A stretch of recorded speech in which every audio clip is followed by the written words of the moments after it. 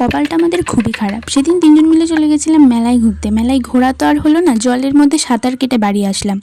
বাড়ির পাশেই টানা 2 সপ্তাহব্যাপী মেলা হওয়া সত্ত্বেও মাত্র দুদিনই যাওয়ার সৌভাগ্য হয়েছে আমার, আর এটাই ছিল তার ফার্স্ট দিন। আর মেলায় যাওয়ার পরেই যা হলো, কেবলই ঘুগনিটা নিয়ে খাওয়া শুরু করেছি আর তারপরে নামলো তুমুল পরিমাণে বৃষ্টি।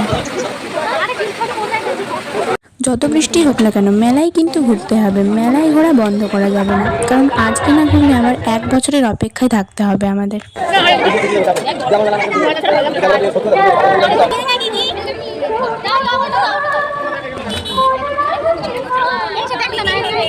আমরা 3জন মিলে মেলায় গেছি, একটু হাসাহাসি হবে না সেটা তো ইম্পসিবল।